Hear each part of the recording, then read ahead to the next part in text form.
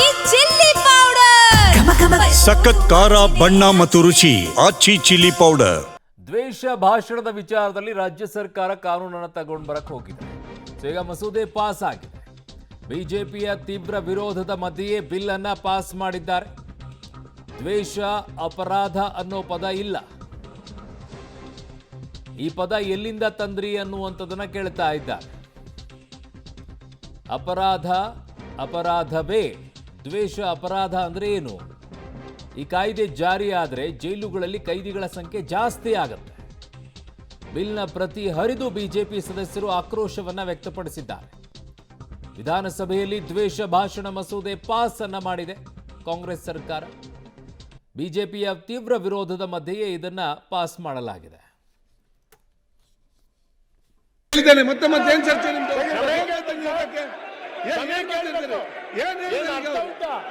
ಆಯ್ತು,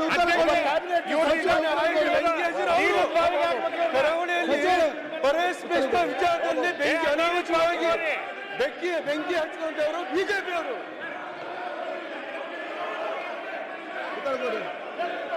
ಗೃಹ ಸಚಿವರು ಈಗಾಗಲೇ ಮಾನ್ಯ ವಿರೋಧ ಪಕ್ಷದ ನಾಯಕರು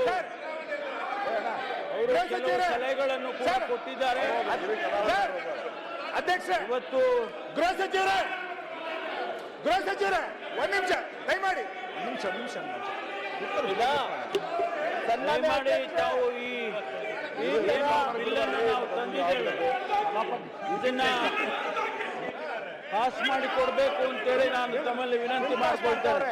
ಈಗ ವಿಧೇಯಕವನ್ನು ಖಂಡವಾಗಿ ಮತಕ್ಕೆ ಹಾಕುತ್ತೇನೆ. 2 ರಿಂದ 10 ಖಂಡಗಳು ವಿಧೇಯಕದ ಅಂಗವಾಗಿರಬೇಕೆಂದು ಸಭೆ ಮುಂದಿನ ವಿಷಯ. ಪ್ರಸ್ತಾವದ ಪರವಾಗಿ ಹೌದು ಎಂದು ಸೂಚಿಸಬೇಕು, ಪ್ರಸ್ತಾವದ ವಿರೋಧವಾಗಿ ಇಲ್ಲ ಎಂದು ಸೂಚಿಸಬೇಕು.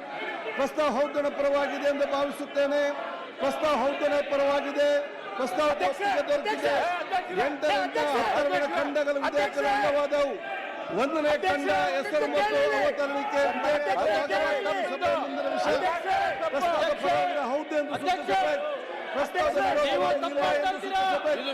ಪ್ರಸ್ತಾವ ಹೌದನ ಪರವಾಗಿದೆ ಎಂದು ಭಾವಿಸುತ್ತೇನೆ. ಪ್ರಸ್ತಾವ ಅಂಗೀಕರಿಸಲ್ಪಟ್ಟಿದೆ.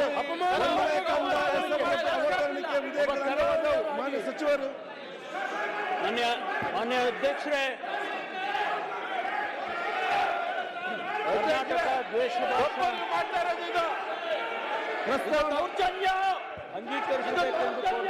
ಪ್ರಸ್ತಾವನೆ ಮಂಡಿಸಲಾಗಿದೆ. ಅದನ್ನೀಗ ಸಭೆ ಮತಕ್ಕೆ ಹಾಕುತ್ತೇನೆ. 20 ಸಾಲಿನ ಕರ್ನಾಟಕ ದ್ವೇಷ ಭಾಷೆ ಮತ್ತು ದ್ವೇಷಗಳ ಅಪರಾಧಗಳ ಪ್ರತಿಬಂಧ ವಿಧೇಯಕವನ್ನು ಈ ಸಭೆ ಅಂಗೀಕರಿಸಬೇಕು. ಪ್ರಸ್ತಾವದ ಪರವಾಗಿರೋ ಹೌದು ಎಂದು ಸೂಚಿಸಬೇಕು, ಪ್ರಸ್ತಾವದ ವಿರೋಧ ಇಲ್ಲ ಎಂದು ಸೂಚಿಸಬೇಕು. ಪ್ರಸ್ತಾವ ಹೌದನ ಪರವಾಗಿದೆ ಎಂದು ಭಾವಿಸುತ್ತೇನೆ. ಪ್ರಸ್ತಾವ ಹೌದನ ಪರವಾಗಿದೆ. ಪ್ರಸ್ತಾವ ಅಂಗೀಕರಿಸಲ್ಪಟ್ಟಿದೆ ಮತ್ತು ವಿಧೇಯಕ ಅನುಮೋದನೆ ದೊರಕಿದೆ. ಈಗ ಪ್ರಸ್ತಾವವು ವಿಧೇಯಕ ತಿದ್ದುಪಡಿಯೊಂದಿಗೆ ಅನುಮೋದನೆ ದೊರಕಿದೆ. ಈಗ ಸಮಯ 2 ಗಂಟೆ ಆಗಿದೆ. ಸದನವನ್ನು 3 ಗಂಟೆ ಪ್ರಾರಂಭಿಸಲಾಗುವುದು. ಸದನದ ಒಳಗಡೆಗೆ ಈಗ ಆದಂಥದ್ದನ್ನು ನೋಡ್ತಾ ಇದ್ದೀರಾ, ಯಾವ ರೀತಿಯಲ್ಲಿ ನಡೆದಿದೆ ಅಂತ ಹೇಳಿ. ದ್ವೇಷ ಭಾಷಣದ ವಿಚಾರದಲ್ಲಿ ಈಗ ದ್ವೇಷ ಅಪರಾಧ ಅನ್ನುವಂಥದ್ದು ಸೇರಿಸಿದ್ದಕ್ಕೆ ಬಿಜೆಪಿಯವರು ಆಕ್ರೋಶ ವ್ಯಕ್ತಪಡಿಸಿದ್ದಾರೆ. ಅಪರಾಧ ಇದೆ, ಅಪರಾಧ, ಅದನ್ನೇನು ದ್ವೇಷ ಅಪರಾಧ ಅಂತ ಸೇರಿಸ್ತಾ ಇದ್ದೀರಾ ಅನ್ನುವಂಥದ್ದನ್ನು ಹೇಳ್ತಾ ಇದ್ದಾರೆ. ಪ್ರಜಾಪ್ರಭುತ್ವ ಉಳಿಸುವಂಥ ಒಂದು ಕೆಲಸವನ್ನು ನಾವು ಮಾಡಬೇಕಾಗಿತ್ತು. ಆದರೆ ಯಾರು ಈ ದೇಶದ ಮೇಲೆ ಎಮರ್ಜೆನ್ಸಿ ತಂದು ದೇಶದ ಪತ್ರಿಕೆಗಳನ್ನು ಜೈಲಲ್ಲಿಟ್ಟರು, ನ್ಯಾಯಾಧೀಶರುಗಳನ್ನು ಜೈಲಲ್ಲಿಟ್ಟರು, ಅಟಲ್ ಬಿಹಾರಿ ವಾಜಪೇಯಿ ಅದ್ವಾನಿಯವರಂಥ ನಾಯಕರನ್ನ, ಜಾರ್ಜ್ ಫರ್ನಾಂಡಿಸ್ ಅಂತ ನಾಯಕರನ್ನ, ದೇವೇಗೌಡರನ್ನ ಎಲ್ಲರನ್ನೂ ಜೈಲಿಗಟ್ಟರು. ಅದೇ ಒಂದು ರಾಜಕೀಯ ಪಕ್ಷದಿಂದ ಇವತ್ತು ಈ ಬಿಲ್ ಬಂದಿರುವಂಥದ್ದು ಕಾಕತಾಳೀಯ ಪಕ್ಕ. ಅಂದರೆ ಆ ಸಂಸ್ಕೃತಿ ಅವರ ತಲೆಯಲ್ಲಿ ಬಂದ್ಬಿಟ್ಟಿದೆ. ಎಮರ್ಜೆನ್ಸಿ ಏನು ಕಾನೂನು ಮಾಡಿದ್ರು ಅದೇ ರೀತಿ ಕಾನೂನನ್ನು ತಂದಿದ್ದಾರೆ. ಇದರಿಂದ ಪತ್ರಿಕಾ ರಂಗ ಇರ್ಬೋದು, ರಾಜಕೀಯ ವಿಶ್ಲೇಷಕರಿರ್ಬೋದು, ಎಲ್ಲರಿಗೂ ಕೂಡ ಮುಂದಿನ ದಿನಗಳಲ್ಲಿ ದೊಡ್ಡ ಅನಾಹುತ. ಜೈಲು ಇಲ್ಲ ಬೇಲು, ಇವೆರಡೇ. ಸೀದಾ ಜೈಲುಗಡ್ತಾರೆ, ಬೇಲು ಸಿಕ್ಕಲ್ಲ. ಆ ಪರಿಸ್ಥಿತಿ ಇವತ್ತು ರಾಜ್ಯದಲ್ಲಿ ತಂದಿದೆ. ಇವ್ರಿಗೆ ದ್ವೇಷ ಭಾಷಣ ಮಾಡಿದವರು ಮೊನ್ನೆ ಬಿಜೆಪಿಯ ಸೋಷಿಯಲ್ ಮೀಡಿಯಾದಲ್ಲಿ ಕಳೆದ 2 ತಿಂಗಳಲ್ಲಿ ಎಷ್ಟು ಜನದ ಮೇಲೆ ಕೇಸ್ ಹಾಕಿದ್ರ? ಅವಾಗ 20 ಜನದ ಮೇಲೆ ಕೇಸ್ ಹಾಕಿದ್ರ.